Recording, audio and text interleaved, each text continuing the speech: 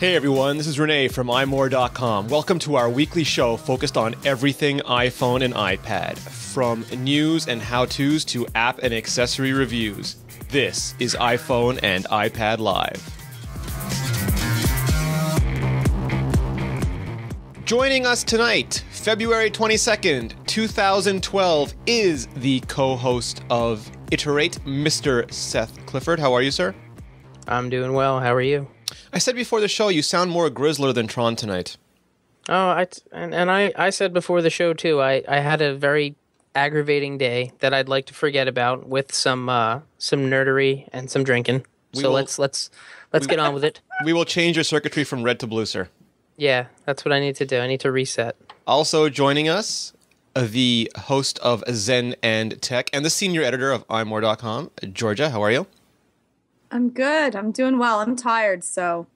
We have some meta before we get started, Georgia. Our new weekly columns are kicking butt. We have a lot of different awesome and this one is really good. If you are happening to buy a used iPhone, this one's all about how to make sure to check for water damage before purchasing. I love that. Yeah, because people do get conned. I mean, you buy a phone and 2 days later it stops working and you try to take it back and all the... So Ali just shows you how to basically check all the water sensors to make sure that it's not damaged goods. Okay, but if you're buying it on eBay... She says not to do that. She wants you to buy local if you can possibly do it. Fair enough. We also have Leanna's continuing her photo series with a look at how to take great-looking portraits with your iPhone. It's the best camera you have with you. Your friends and your loved ones are all about, so she wants to help you take the best possible photos of them. It's a good column. I'm really enjoying it. I take a ton of photos with my iPhone, so... She's going to keep that going. Also, and we'll talk about this a little bit later, we have a stock talk up with Chris Umiastowski where he talks about the insider trading at Apple and how the analysts are kind of desperate to get information and the lengths they'll go to and what is legal, what's not legal. So that's really fascinating too. And we'll have all these links for you in the show notes. Superb? Perfect. Sounds good. I guess there's a couple of really big stories this week. One of them kind of reached a zenith today. It reached a head with the Attorney General of California announcing via press release that he had come to an agreement with Apple, Microsoft, Google, Amazon, HP, BlackBerry, basically all the major players in mobile, that they would institute a process where apps disclose what access to your permissions they want before you buy or download them. So no longer will you have to download an app and then see, oh, it wants camera roll, it wants contacts, it wants this or that. It'll tell you before you actually buy the app. Does that assuage you, Georgia? This makes it feels good that they're gonna ask for the permissions, but in the end, does everyone really read that? Like, is it going to be in the fine print at the bottom, or is this going to be something large and in big typeface along with, you can kill, 3,000 demons, launch birds at your enemies, and we're going to be stealing all your contact lists. Well, that's my problem with Android, Seth, is I just don't, like, the list of permissions are so long and it includes so many obtuse things like 3G access and SD card access that I don't even read them. Yeah, it sometimes becomes a little daunting to try to sift through all the information when you're excited and you just want to use your app. But I think it's good that it's going to become kind of a standard somewhat and that it's just going to be there, because I think it's important that it's presented to people as such, because this is such a big deal. And quite honestly, I mean, people are going to read or ignore information at their peril, and all these companies can do is say, this is what we're doing, in a very clear way, as long as it's not kind of obscured in some way and trying to be sneaky. If it's there, then the onus of responsibility is on the user to actually read it and understand it, just like every other EULA in history that everybody clicks agree. Well, we already do that, right, George? Like, you get a new iTunes terms of service and you don't even bother looking at it. It's just go. Of course not. I've never read it once. I think that I'm with the majority of people that have never read all 65 pages of the terms of service and actually understand what they are reading in the first place. It's longer than the Constitution. I don't think that I'm going to be taking a look at it. I'd rather just ask me if this is okay. And I'll be like, no, never, no. But and I forget if we discussed this last week or not. I was upset to be able to turn on location so that I could, use Siri to figure out maps and other stuff. Not that they have location thing for us, but I'm upset with those type of accessories, and I'll say yes because I want my maps to be able to know where I am. So, but it's also complicated. For example, like some apps, it's a photo editor and it says it needs your location, and you say no, and then it says, well, then I can't open your photos, and it's because Apple thinks that you might have geotagged photos in there and wants the app to ask permission to access the location in those geotagged photos. But that starts to become really complicated for a user to keep track of.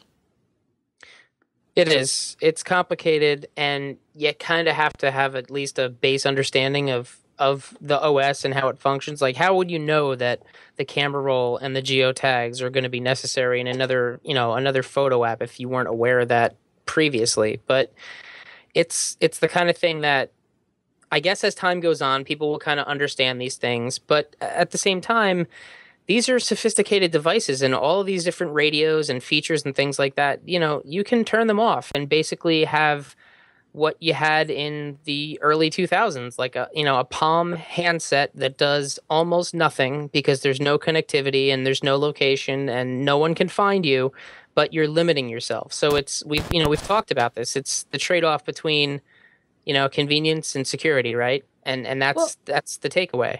That's definitely the takeaway, but I don't mind an application using my location if they're not going to store, keep it, and then, sell my information off to someone else. Well, the storing and the caching of the information on the servers, I think that's a different issue. I think that some developers are handling this in a way that's probably more responsible than others, like using the data one time, getting what they need, delivering the feedback back to the app, and not storing it. And if they need it again, they'll ask for it. Whereas other developers are taking it, caching it, it's sitting on their servers, and they're just kind of like, yeah, you said okay, so we're gonna keep this over here now. The question I have is, and I'll ask this of Georgia, should the Attorney General of California be the one driving all this activity, or should it have come at a national level? Should the government have stayed out of it?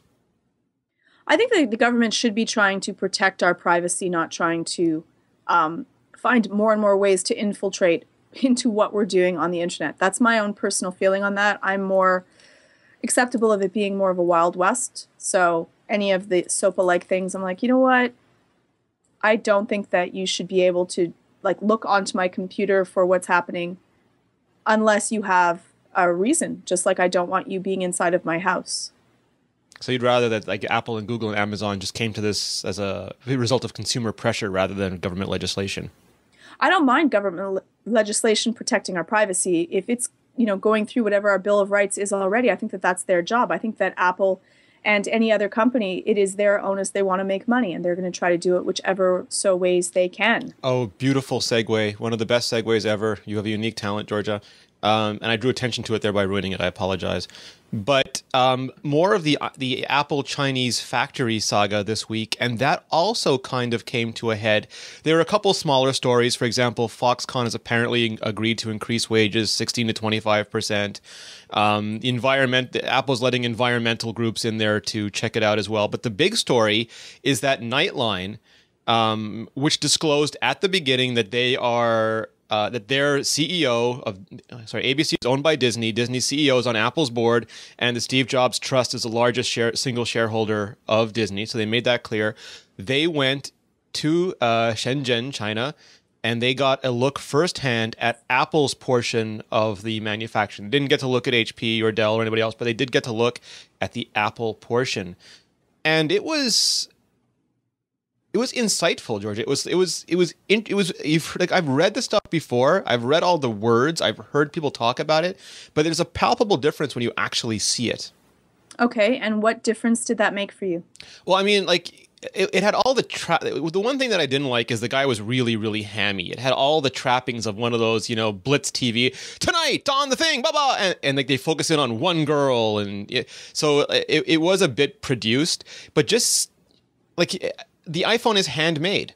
There's what was it? There's 325 pairs of hands that it takes to make one iPhone, and they can churn out 10,000 of them in an hour. It takes 5 days. Sorry, it's an iPad. 5 days, 325 pairs of hands, and they can still do 10,000 in an hour. But at the price of that is you have 17 and 18-year-old people sometimes working 2 shifts, making 300,000 iPhones in a day. they get 1 hour breaks twice a day. They pay 70 cents for their lunch. They do have parks and classes, but it's unclear how much they take advantage of it.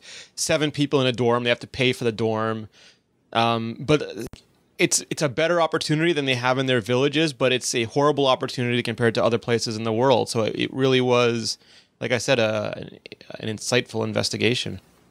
I don't know if it was really that insightful, to be honest. Foxconn is known for being able to clean up their businesses exceptionally well. And it's not a horrific place. They're not beating people up. They're not, there's not whips and chains, and there's not people that are like 10 years old that are working there. So in that way, that's great, I guess. I sense a but. Well, again, you have to look at this, that they already knew that they were coming there. And of course, they're going to clean everything up as best as they can. So how does a garage... Sorry, I apologize. I'm putting up some of the footage while you're talking.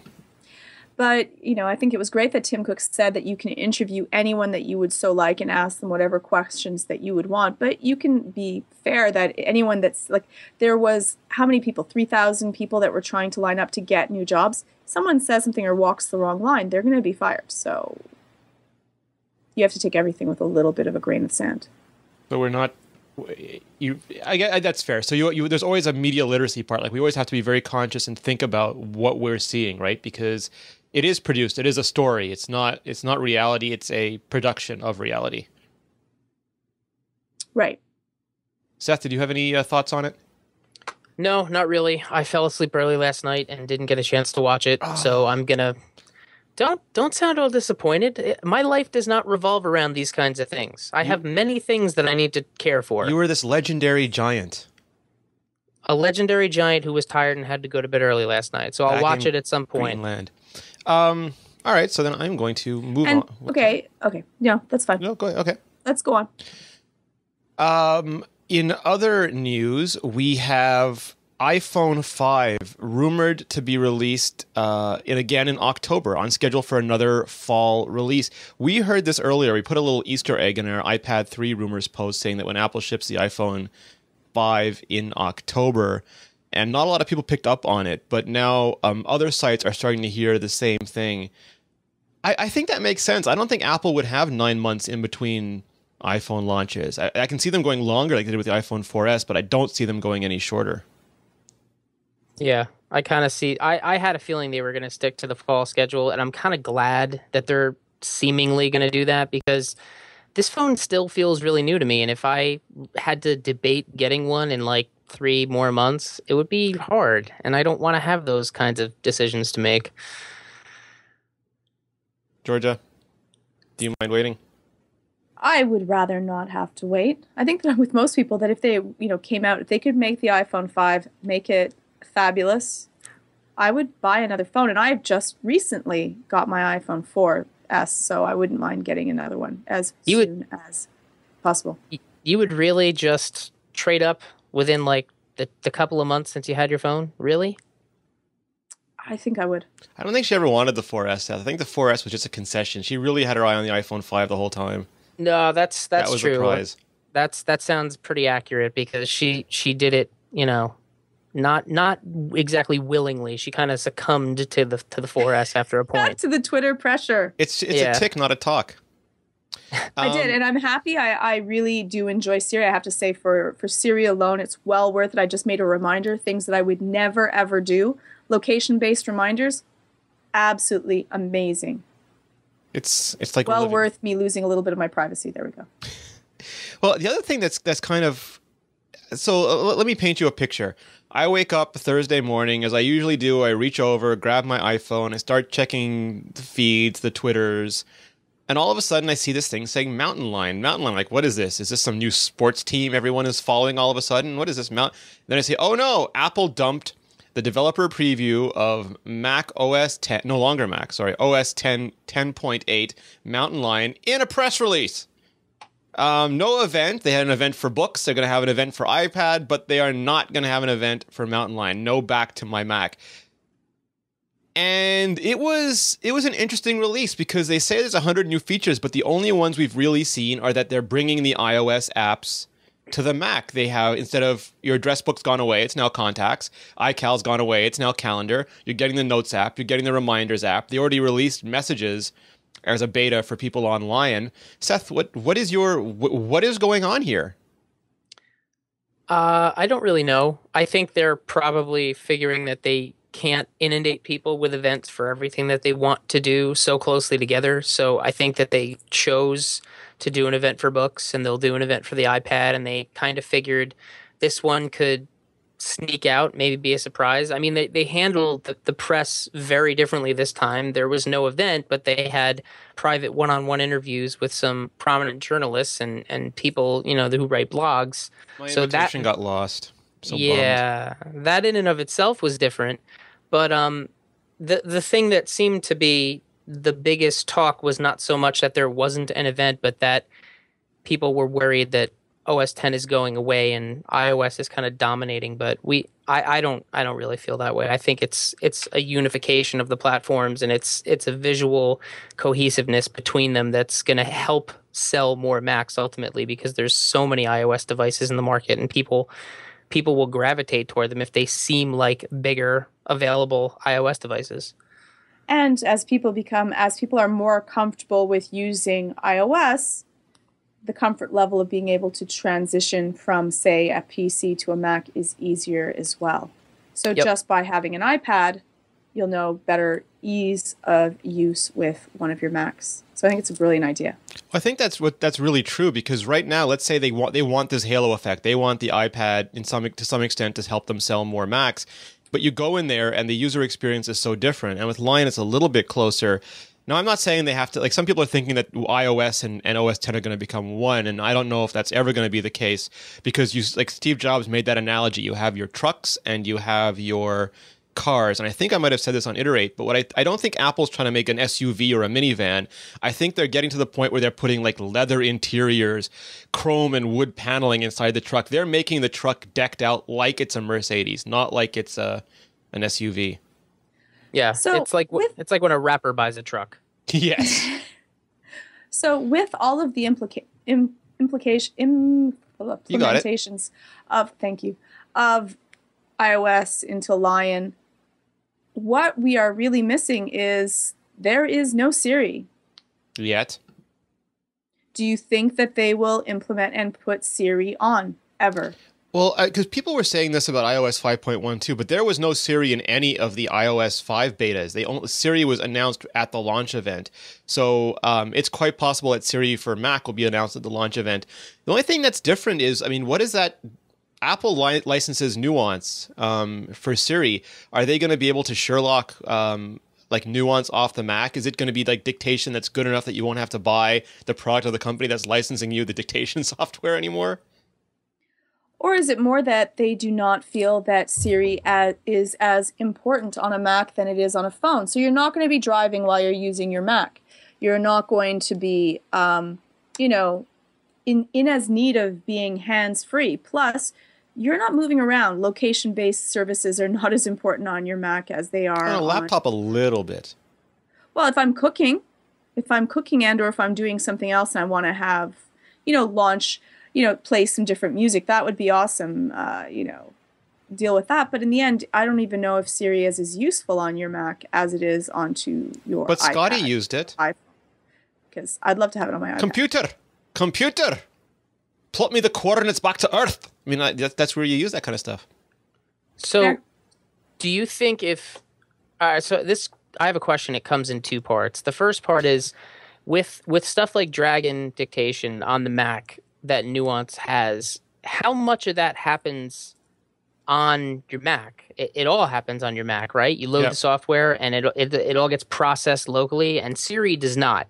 So given that the Mac would have presumably a much stronger, more consistent internet connection than your wireless device, would we see a Siri that still continues to do server-based processing and return like that, or would we see something that processes more locally? The reason I ask is because I don't think you could Sherlock something like Dragon Dictation, because people use that for like long-form things like medicine books. And law and stuff.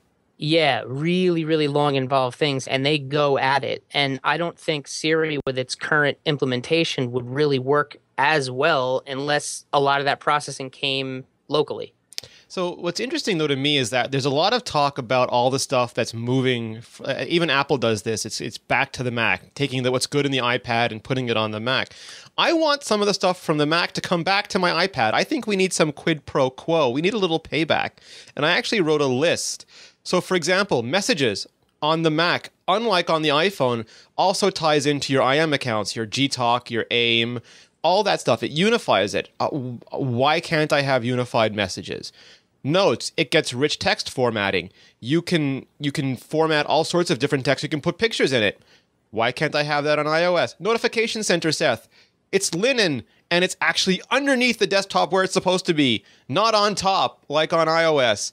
And Gatekeeper, and I know you did a whole blog post on this. Gatekeeper and this will make Georgia happy. They actually gives you a choice. You can choose to only have Mac App Store apps if you're worried. You can choose to only have Mac App Store apps or apps that have been signed by an identified developer. Or you can have a free-for-all and just install any app you want. It's actually in your hands. And while I don't think this would fix a lot of the jailbreak issues, like I don't think Apple would let them hack the system the way Byte SMS or LockInfo does now, it would solve some of the problems. So I'm eager to hear your guys' thoughts on this. Yeah, well, the post that I wrote about, what does Gatekeeper mean for jailbreaking, it was really more of a thought exercise as opposed to, I think this is going to happen coming up very soon in the next, OS revision. And the reason I thought about it was because I was out for a walk and I was thinking about what this actually meant for the Mac and security. And it occurred to me that some of the things that you jailbreak for, Apple could do a similar thing and have developers sign a certificate and that you could load things outside of the App Store. Now, granted, the App Store on iOS is a different animal than it is on the Mac because the Mac has thrived on external third-party software for most of its life. So obviously it's not a one-to-one kind of comparison, but it was just something that I was thinking about. I was curious to know if, given the fact that they're trying to unify the platforms, given the fact that they're bringing apps from iOS to the Mac and they're starting to make it a unified experience, could they take that same kind of feature and bring it over in some capacity? And you're absolutely right. And we talked about this too, that a lot of those hacks really subvert the system in ways that Apple most likely would not allow. But it was just something it's I a beautiful thought was interesting. Dream. Yeah, right. What do you want, Georgia? I just want to go back to the Siri thing because Sock Rollet had said that people were talking about how the Mac's microphones are not going to be good enough in order to be able to use Siri. The difference is with our iPhone, because of all of the outside noise, it has to have a really good microphone to be able to drown that out. And that's able to, in our homes, even with the noise that we have, our microphones are just fine so that we would be able to access Siri. Maybe we'd have to enunciate a little bit more, but besides that, I would love to have messages. That would be fabulous. Of course, unified with the calendars, everything in its place. I have a lot of the functionality of my phone I'm used to and I enjoy. So those would all be great. I forget who did it. Someone wrote an article. And again, we have this trend now where people who haven't really been involved in mobile are kind of discovering mobile for the first time. So there's a lot of articles now like what iOS should take from WebOS. And we've been talking about that for a couple of years, but it's amazing what Apple has still left on the table. Like Synergy answered all these problems beautifully. You would bring all the data into silos and then present a unified view, which works for the back end, works for the front end. But Apple doesn't seem to want to pull the trigger on stuff like that, which I guess is an interesting choice. Not a happy choice, but an interesting one. Well, let's go into some of the iPad 3 rumors. Yes, it's coming. We're apparently getting an iPad 3 this year. Wonderful. Terrific. So the latest rumors, and this, again, you have to remember, like, this is like the angel of the apocalypse standing there opening the seals, and when you get to the last seal, the iPad 3 is released. So you have, like, your case leaks, you have your component leaks, you have your picture leaks. That's what we were getting this week. We saw the glass digitizer, which is like basically the front panel that takes the capacitive input. Looks very much the same as the iPad 2, but we got pictures of the outside casing, and it does look a little bit thicker, but more tapered, and importantly, maybe thick enough to hold an 8 megapixel camera. We could be a real iPad tourist now, Georgia. I'm going to buy a new shirt. Though, right? I'm going to buy a new shirt. Oh, I know. We gave away the shirt. I don't know about that. And also, interestingly, we heard that the iPad 3 was going to go quad-core, that Apple had been testing both dual-core. Like, Apple tests everything. If you ever wonder why there's so many rumors, it's because Apple is really smart. It's like this old joke. They make 10 versions and then 3 versions and then 1 version to get to the one that they ship. And we heard that they were going with the quad-core one, but now there's a lot of evidence that shows instead of an A6 chip, they're going to go with an A5X chip, which will be a souped-up dual-core. And we kind of spoke about it before that Apple does the integration so they could probably optimize a dual-core chip to run as well as a non-integrated system does on a quad-core. But I kind of was greedy and wanted that quad-core. Can I complain of something that I've complained about before, but I'm just going to say it. So they do all this time, and they're sticking an 8-megapixel camera. Maybe. Which is great, but I don't really... Okay, great. I'm happy that I have a camera. I'm not going to do much of the tourist thing. I might use it for FaceTime, but besides that, I'm not taking pictures with my iPad.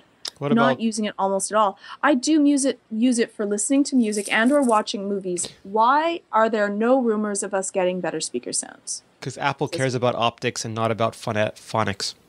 I think it might have more to do with the space that would take up on the iPad. It is quite tightly packed in there as it is, and perhaps to have, say, stereo speakers and coming out from it with amazing sound. I'm not talking about bass, but just something that sounds well and being able to turn it up louder so I can actually listen to my bloody videos on YouTube without having to, do the little kind of hand cup thing. The little hand cup thing that just makes me look like no speaker for you. No Beats by Dre. Speak up, Sonny.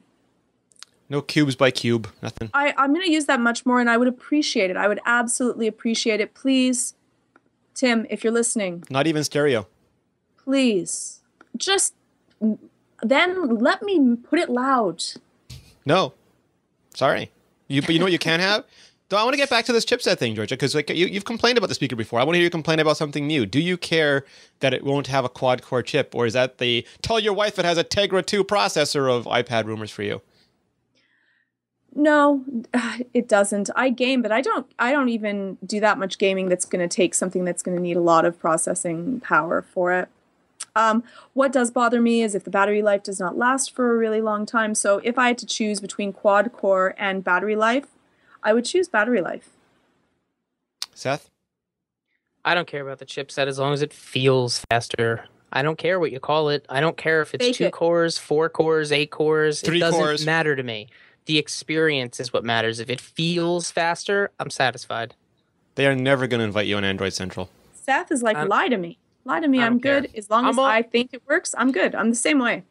I'm all about the experience. I use these devices. I don't brag about them. I use them. I spend more time with them by myself using them than I do talking about them to other people. I'm way past that point in my life where I have pissing contests over who's got a better chipset and a bigger video card. That's done. That's not even an issue to me anymore. I'm only interested in what it can do for me with the software. Dude, it used to be about the speeds and feeds. What happened to you? What are we doing? Like, we're not playing a game where we're going to be like completely lagged out. And I don't know if it's all going to go seriously into gaming and we're going to need something that's going to have a quad core. Then I'll complain then. Until then. So here's the thing, though. Good to go. I don't think Apple's really looking at it in terms of gaming. Like, for example, they went dual core, and the dual core let them devote a lot of processing power to AirPlay mirroring, for example. So to them, it wasn't to make better games, but it was to enable additional features. And AirPlay mirroring is, yes, there was DLNA and stuff like that before, but it was really well implemented. So I'm wondering. I'll say I use that all the time as well. Like, you take all these rumors, and I don't remember if we talked about this last week or not, but I think we did when we talked about LTE. You take all these rumors together, and if Apple has a Retina display, which it sounds like, because the Mac rumors got their hands on what's supposedly the display, and they used a macro lens and counted the pixels, and it sounds like they're really getting that display. That's a lot of video to drive, and that's a lot. And you start wondering if they'll be able to do things like FaceTime conference calls. Can you call the parents and the brother and sister at the same time? Can you do Office conference calls? Does that require offloading to other processors? I mean, there's a lot of interesting things you can enable when you can throw cores at the problem. Well, what if it's not a what if it's not about the cores though? What if the cores are part of the story, but the video processing is actually changed in such a way that it doesn't require more cores to do those different threads. The GPU actually handles stuff in a better way so that you don't actually need to just keep adding cores to it. You can do it in a different way that may be way more efficient, for battery and for mobile connectivity. I hate it when you make sense. I try to make you hate me. Try to avoid it as much as possible. So Mark Edwards of Iterate and of Bajango fame was kind enough to do an article for us because if history is any indicator, if past behavior is any way to predict future behavior, Retina display iPad will hit. People will go home, buy it. Sorry, they'll go to the store, buy it, run home and say, it looks the same. And that's because a lot of apps won't be updated yet. So Mark kind of explained a bit of the process of how a developer and how much work it is for a developer to make Retina apps. And I know you could probably speak to this a little bit too, Seth, but he just wanted to make sure that if on day one you boot it up and not every one of your apps is updated, you're not, lighting up the torches and getting the pitchforks ready. Yeah, I mean, I jokingly mentioned on Twitter yesterday or the day before, like, hey, what are the chances that we're going to have to wait a really long time for Retina graphics on iPad since there are still iPhone apps right now that don't have, Retina compatibility? And Apple apps. It was meant to be funny, but then after I wrote it, I was like, man, it's going to suck when you're staring at even bigger, bad pixel looking stuff. And it's true. I mean, think of how long it took.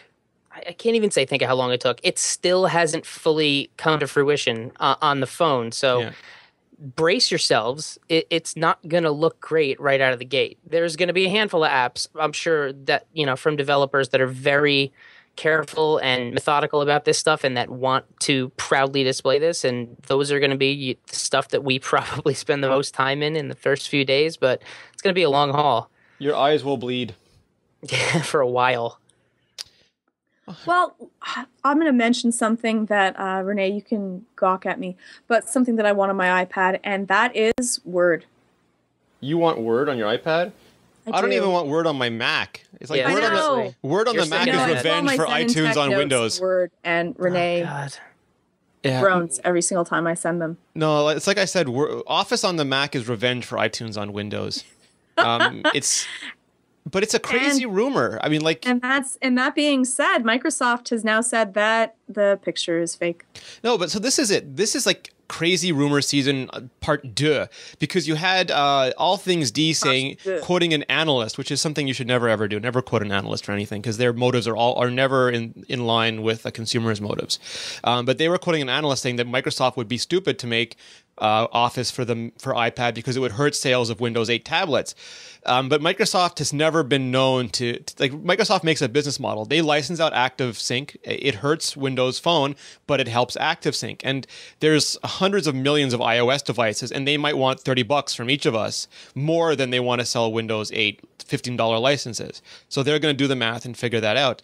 But the rumor was the Daily said that they saw it, that they'd actually maybe even tried it. And then Microsoft came out and said, no, that's all fake, like Elaine from Seinfeld, fake. But then there's another rumor saying, no, they're actually going to be on stage for the iPad 3 event showing it off. So, I mean, who the hell knows? I'm all excited. Are you? Would you really use, all right, so what would you use Office on the iPad for? Word. But what would you, I mean, how so? I still use it to type out documents that other people have to print. I know. I shouldn't. Go ahead. Throw the tomatoes. I'm ready. No, I'm not going to tease you because we use it every single day because that's what the rest of the world uses. So I'm not going to throw stones at my own glass house tonight, Georgia. Don't worry. But I'm confused as to why you would want to continue to use Word on the iPad when that should be like your sanctuary. But I think if they want enterprise, like if they want to get users like Georgia, if they want to get companies that have Office deployed through, tens of thousands of workers, I think it behooves everybody to have Office on the iPad. And I do use also Excel.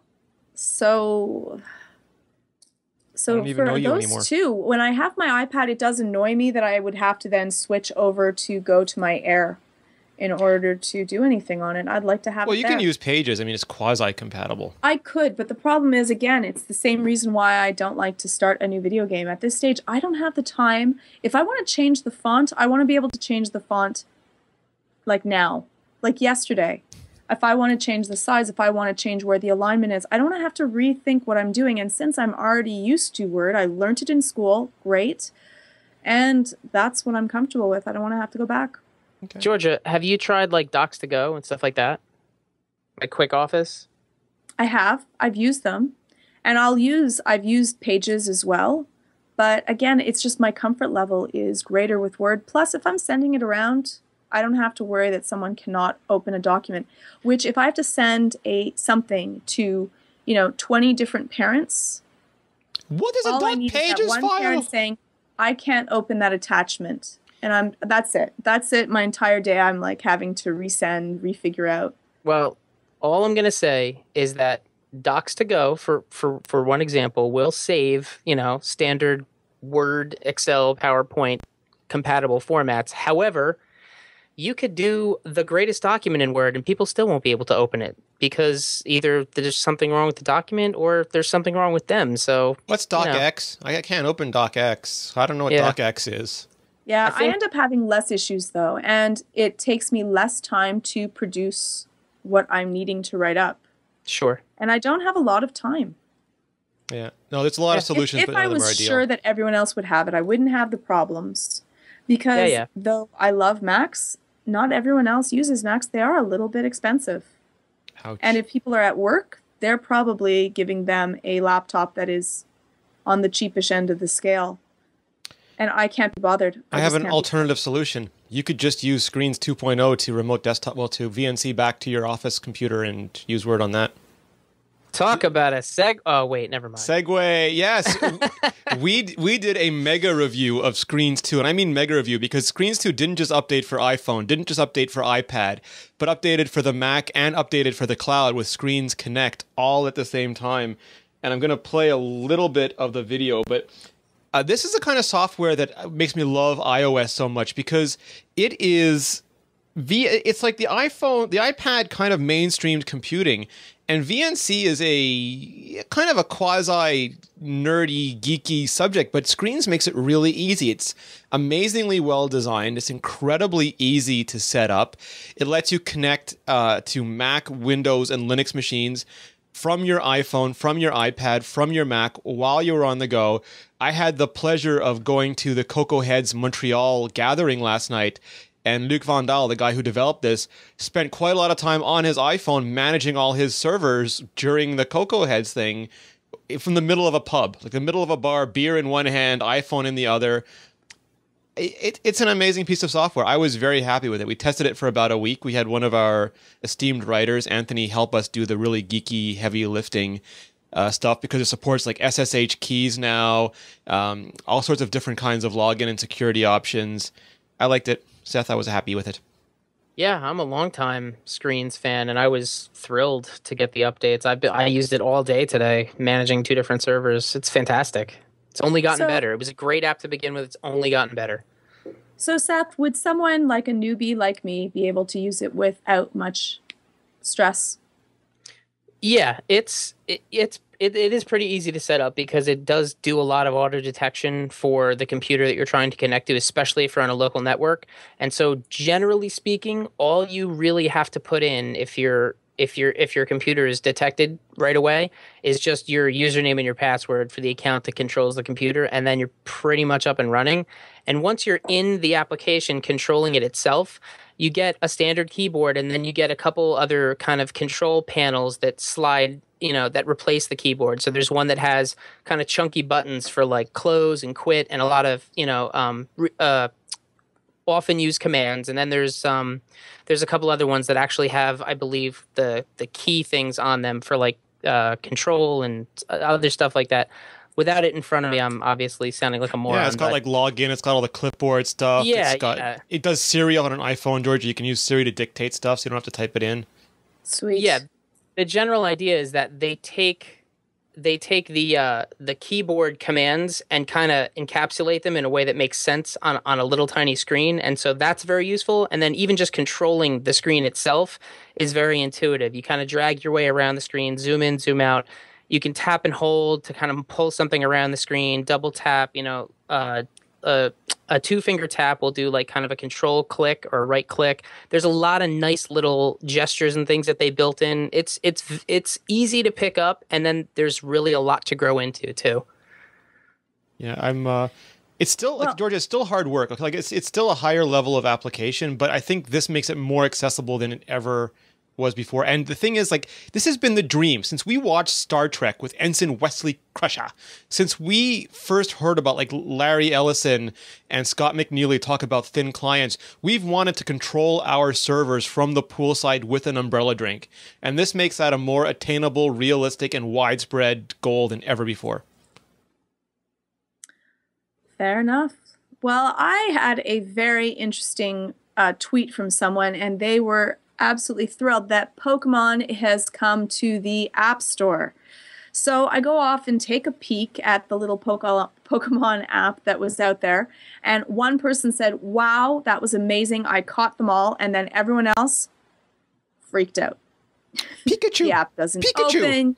You can't catch anything. It is not happening. Well, the big clue is that, I mean, like, it's not Pokemon. It's a complete scam app. It's a complete ripoff. It's fraudulent. I don't have the words to describe. So there's several kinds of fraud that's going on right now.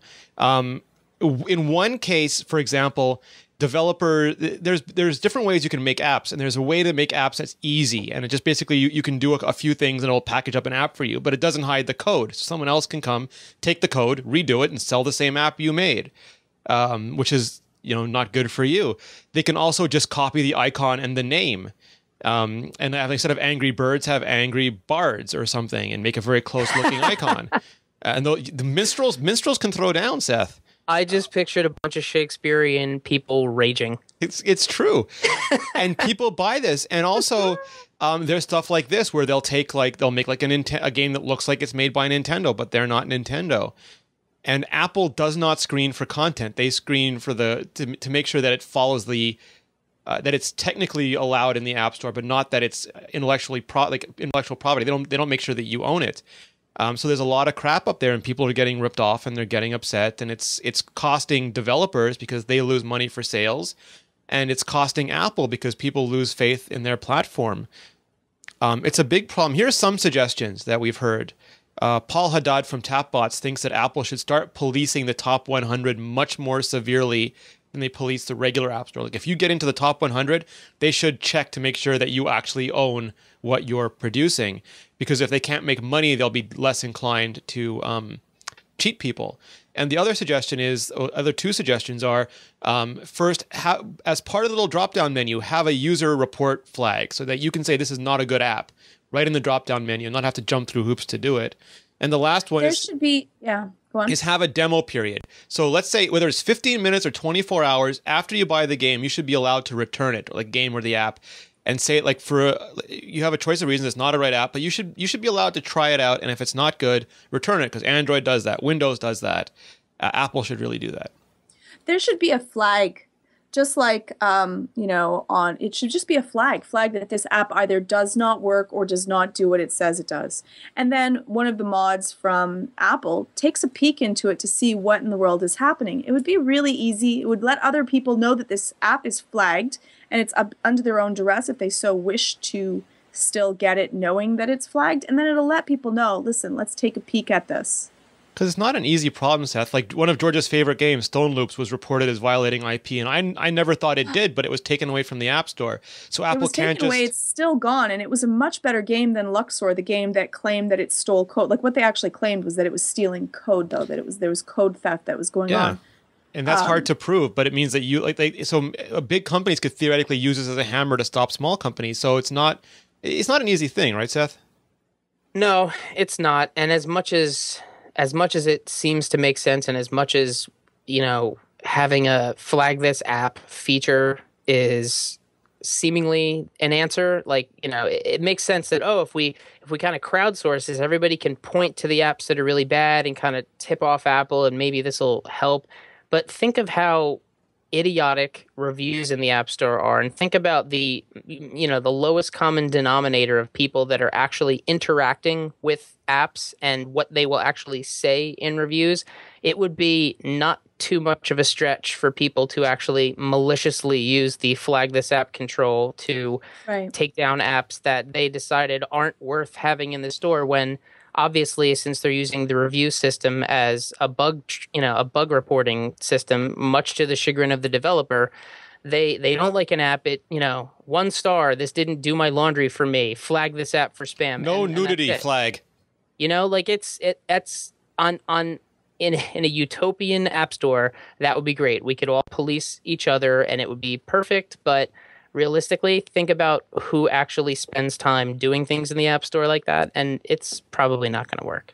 It's tough. It's a really tough problem. 12-year-olds for sure. But what is exactly happening when they're saying yes to an application, something that is so popular, such as Pokemon? Like, how can that even get by? I don't understand how because that Apple's can get by. Not Other screening for that. They're screening only to make sure it follows their guidelines. They don't want to be arbiters of intellectual property. They're like the YouTube. App didn't even open. Yeah, that's another point. Like, why didn't Apple detect the crappiness? How did they get? Like, I don't understand. What are they looking for? It's not for copyright infringement. Fine. It's not for the app functioned, or is it that some applications they're just like that? Like. They're looking for 20. They're like, he fell asleep for those 20, and then he noticed this one over here. It just seems very, very arbitrary. There's like one guy's nephew who just will let anything through, like the Tether apps and Pikachu, and they can't fire him because he's that one guy's nephew. But boy, is he messing up the store. Fair enough. Is that sort of it? It's a multifaceted problem that is not going to be easily solved by adding a button.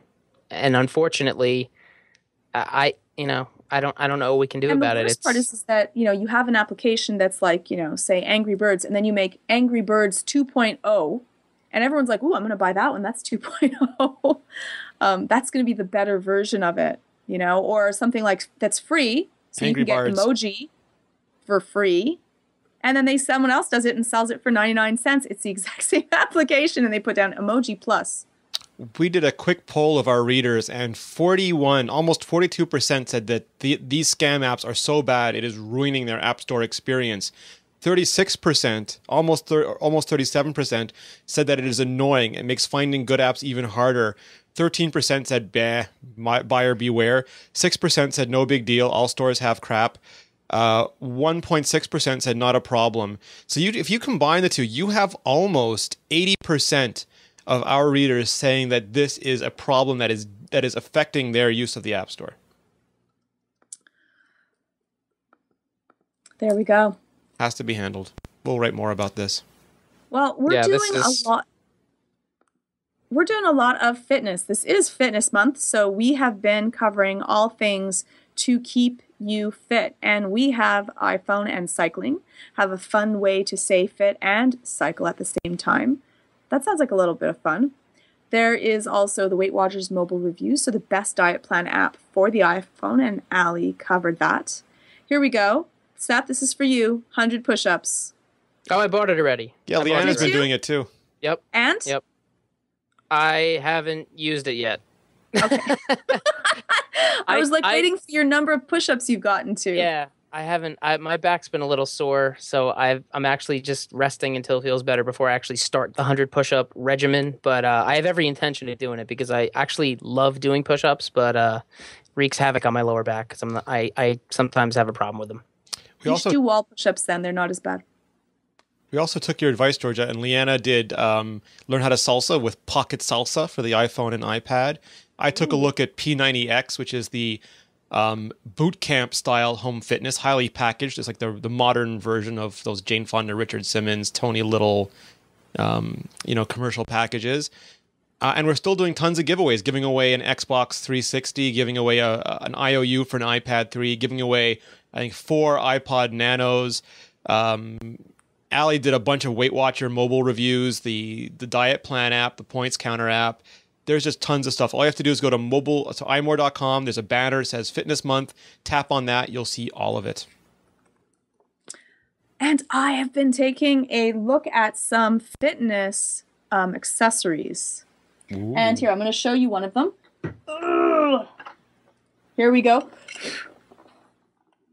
What in the world is that? This is a scale. It is amazing. I'm not much actually into scales. Don't like it. And this is from Withings. And this scale hooks up by Wi-Fi. So, yes, it is absolutely phenomenal.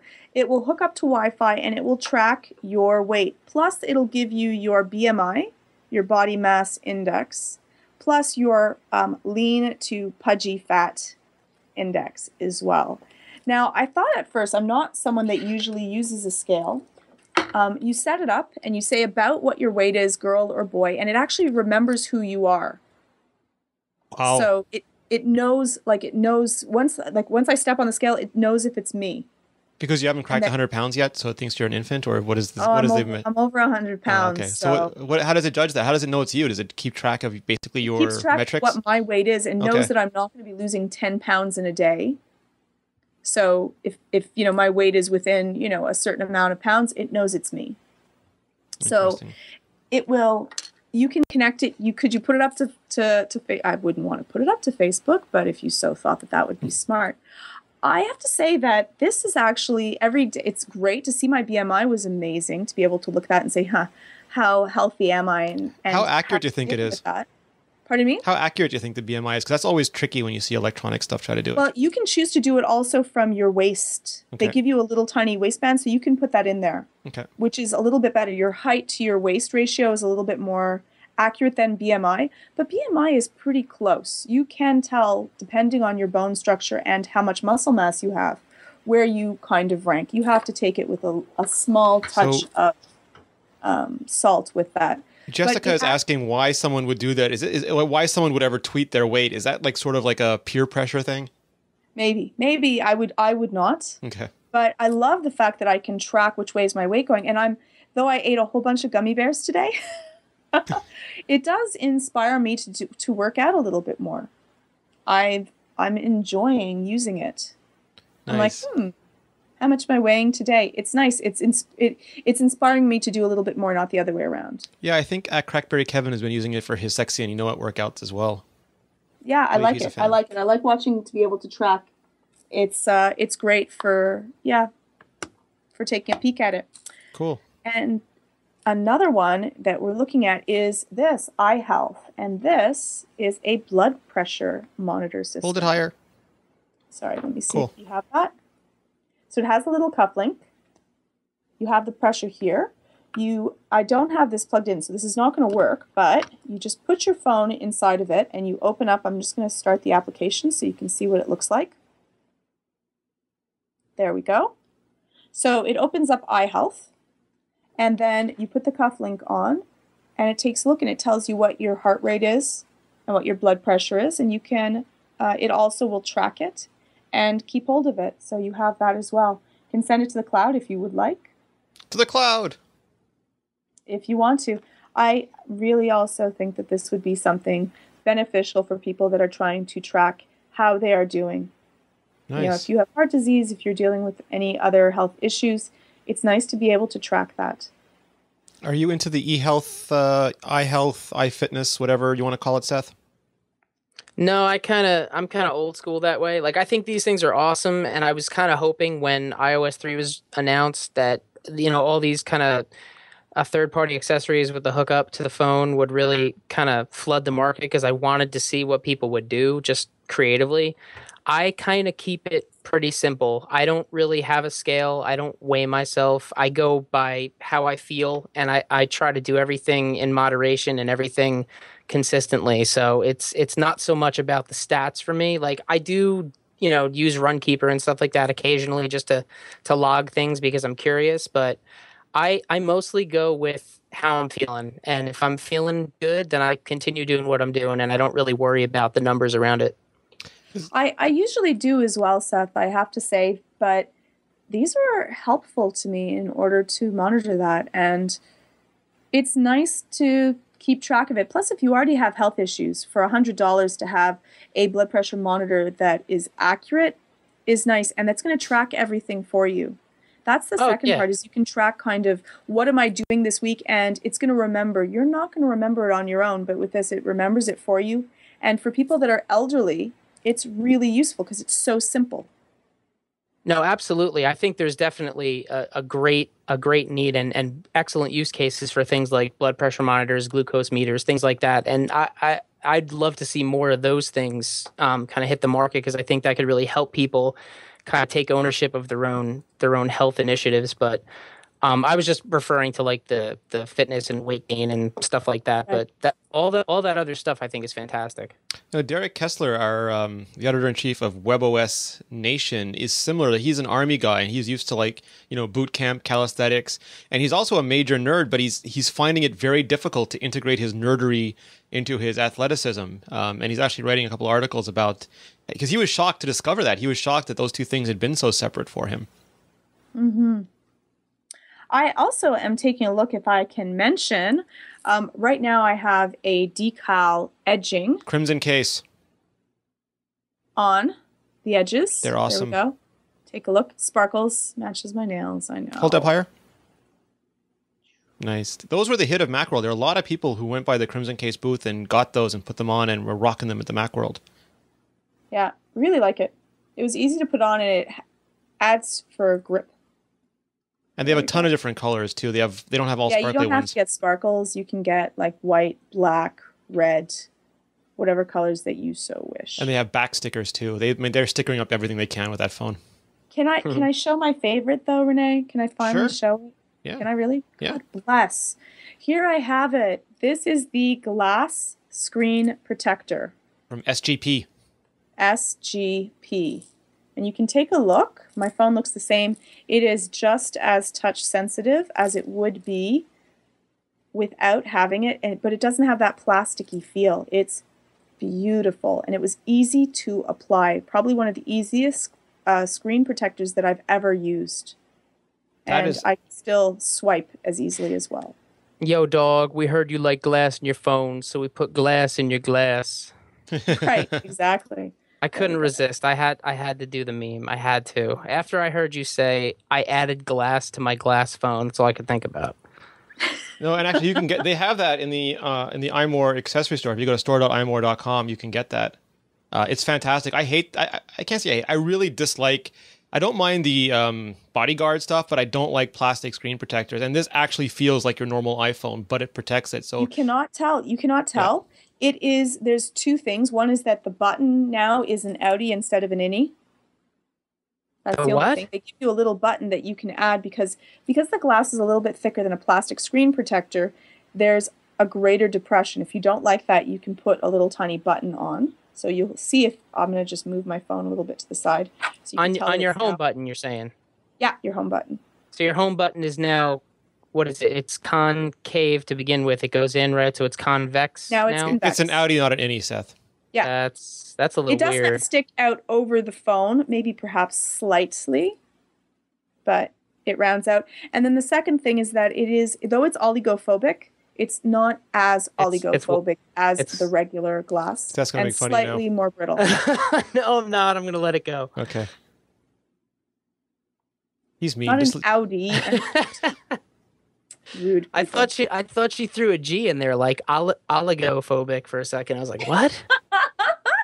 It's afraid of oligopolies. She just said it fast. That's all. I won't tease her. Okay. You can. Georgia was raised in Quebec, so she's going to pronounce things in a quasi-French fashion at some points. I just pronounce things badly. It's not even that. I wish she won't say brochette. She'll always say brochet. It's just I do. It's a cultural thing. True. It's adorable. So, anything else you want to show us, Georgia? Was that your showstopper?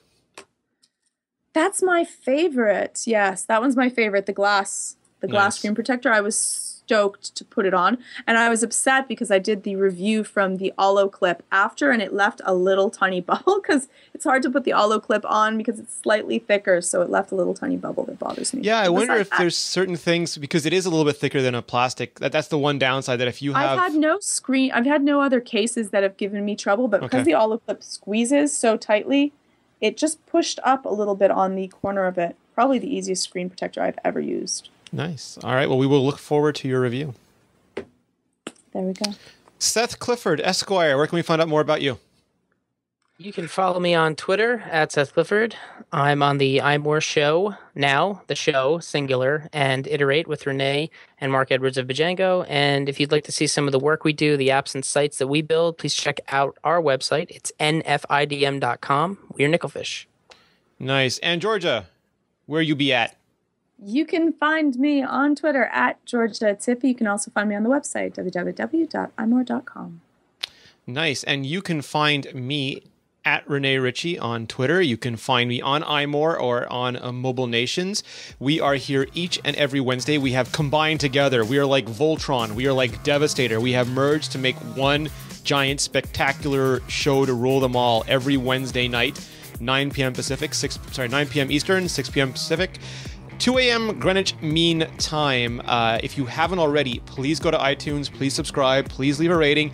Even if it's been a while, it helps us get more people in the audience, and that makes us really happy. And I want to give a huge shout out to our studio audience. We record the show live in front of the internet. We have 246 odd people joining us right now. Each and every one of them is fabulous. They help make the show better. We love their contributions. If you haven't already, please make it a point to join us live. It is just way more fun with you here. How you like them animals? Yeah, come on down. Even George Lim, our UK writer, is up at must be 3 a.m. UK time to join us. If George can do it, you can do it. Yeah, George, go to bed, please. He lives in Narnia, Middle-earth, Forgotten Realms place, and he's here. For your own good, buddy. All right, guys. Have a great night. We will see you next week. Take care, everyone. End of line. You've been on a Tron. Bless you. You've been on a Tron kick today. I love it. It's like digital jazz. It's bio-digital jazz, man. I'm gonna go knock on the sky. I gotta watch it again. Yeah, the music is just great. They made some really bad choices, but I still like the movie. Yeah, it's it's not a fantastic movie. It's it's not gonna land on AFI's top 100 anytime ever. But the fact of the matter is, it's entertaining, and I love it, and I waited my entire childhood and adult life for it, and so I continue to watch it and enjoy it. Perfection's unattainable, Georgia, but when you know where to look, it's right there in front of you this whole time. That it is. All right, guys, so have a fantastic... And next week, we're going to have Zen and Tech after iPhone Live, correct? Yes, we will. Next week, we'll be up. Yep, nice. Have a great night, everybody, and we will see you on the interwebs. On the interwebs. Bye, guys. Bye.